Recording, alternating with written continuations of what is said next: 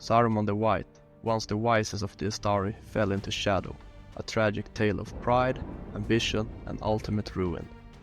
His transformation from leader of the White Council to a traitor of Middle-earth is one of the most compelling downfalls in Tolkien's legendarium. Today, we'll take you through the rise and fall of Saruman, exploring his journey, the key decisions that led to his corruption, and how he ultimately met his tragic end.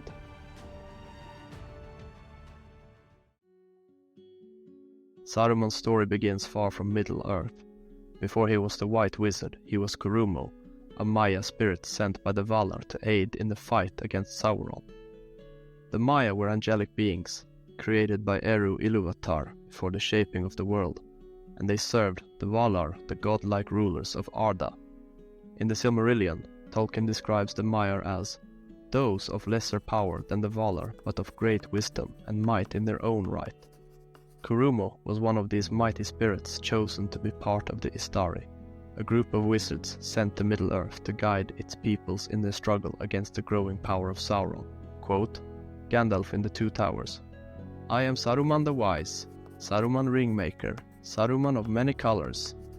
The words of a fallen wizard who once stood against Sauron, but ultimately succumbed to the same lust for power. Saruman's mission was to inspire and unite the free peoples against the darkness, but as we will see, his pride and desire for dominance would lead him down a darker path. Saruman arrived in Middle-earth alongside 4 other Istari, including Gandalf the Grey and Radagast the Brown. Each of them had a specific role in guiding Middle-earth's peoples, but Saruman quickly established himself as the most ambitious. He became the head of the White Council, an alliance of elves, wizards, and other leaders united to oppose Sauron. In this role, Saruman wielded significant influence. He was highly respected for his knowledge and wisdom, and he initially seemed dedicated to the fight against Sauron. However, even during this period, hints of his arrogance and pride began to show. Quote, Gandalf in the Fellowship of the Ring.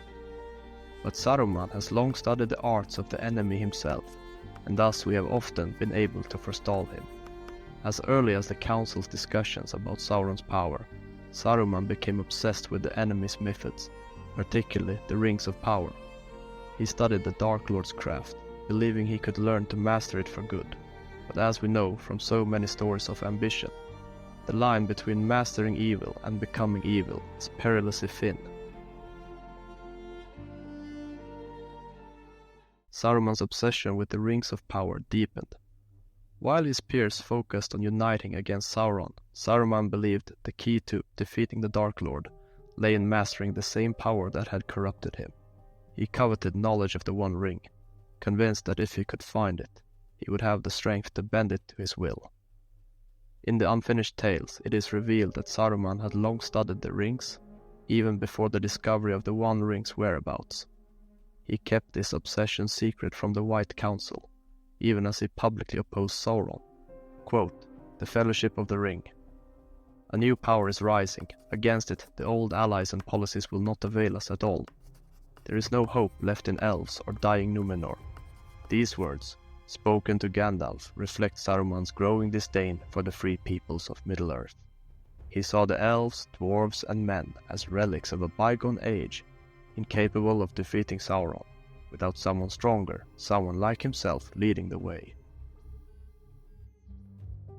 Though he had not yet openly turned against the free peoples, Saruman's ambition began to twist his mind. He sought not only to defeat Sauron, but to supplant him as the ruler of Middle-earth. In secret, Saruman claimed the Tower of Orthanc as his own, and he began fortifying it for war.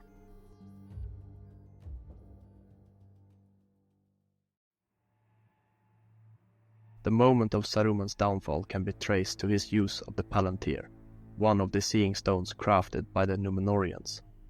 These ancient artifacts allowed their users to communicate across great distances, but they were dangerous. Unknown to Saruman, Sauron had already taken control of one of the Palantíri. Saruman's initial intention was to use the Palantír to gain knowledge and advantage over his enemies. But through the stone, Sauron's influence crept into his mind, planting the seeds of fear and desire. The Dark Lord, always cunning, recognized Saruman's ambition and began to subtly manipulate him. Quote, Gandalf in the Two Towers. He was ensnared by Sauron's power. Though he may have thought to master it, it was Sauron who mastered him in the end. Through the Palantír, Sauron did not simply dominate Saruman outright. He gave him visions of power, feeding his arrogance and making Saruman believe he could still rise as a ruler. This manipulation pushed Saruman further down the path of betrayal.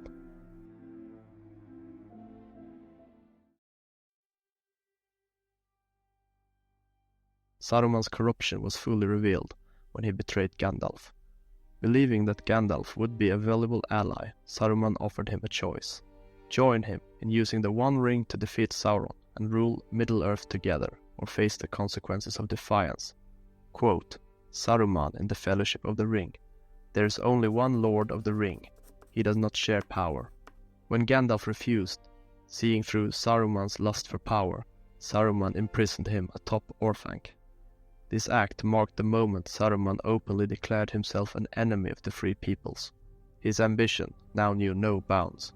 He believed himself capable of mastering the One Ring and ruling all. But Saruman underestimated Gandalf and the strength of Middle-earth's resistance. He failed to foresee the loyalty of the Free Peoples and the resilience of the hobbits, and in his hubris he believed that only power could bring victory.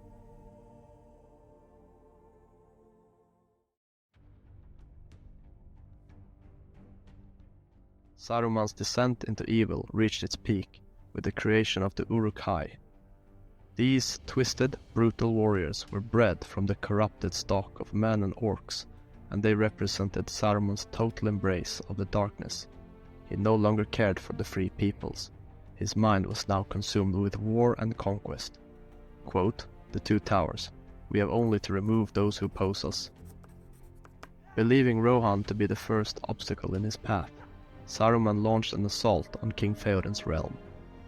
His armies of Uruk-hai and Dunlendings wreaked havoc across the land, and Saruman aimed to take control of the strategic stronghold of Helm's Deep. But despite his military might, Saruman's attack on Rohan ultimately failed. The defense of Helm's Deep, bolstered by the return of Gandalf and Eomer's riders, shattered Saruman's forces. His arrogance had blinded him to the strength of those he sought to conquer, and it became clear that Saruman was no longer a master of events but a pawn in Sauron's larger game.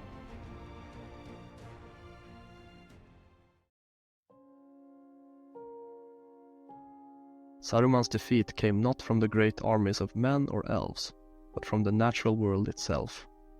The Ents, led by Traitor, marched on Isengard in retaliation for Saruman's wanton destruction of the forests. In a single day, they laid waste to his fortress, flooding the pits of Isengard and leaving Saruman trapped within his own tower. Quote, Gandalf in the Two Towers. The treacherous are ever distrustful. After Isengard's fall, Saruman was left powerless and isolated. Once the proud leader of the White Council, he had become a prisoner in his own tower, undone by his greed and hubris.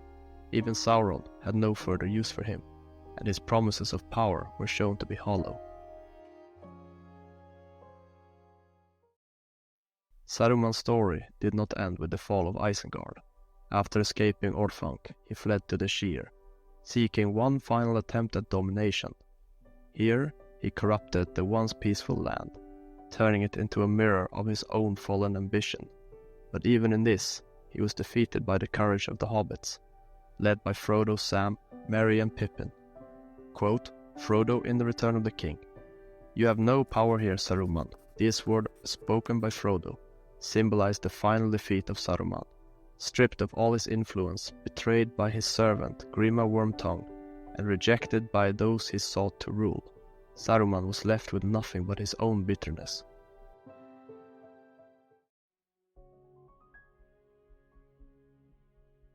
Saruman's story is a cautionary tale about the corrupting influence of power. His fall serves as a stark reminder that even the wisest and most powerful individuals are not immune to temptation.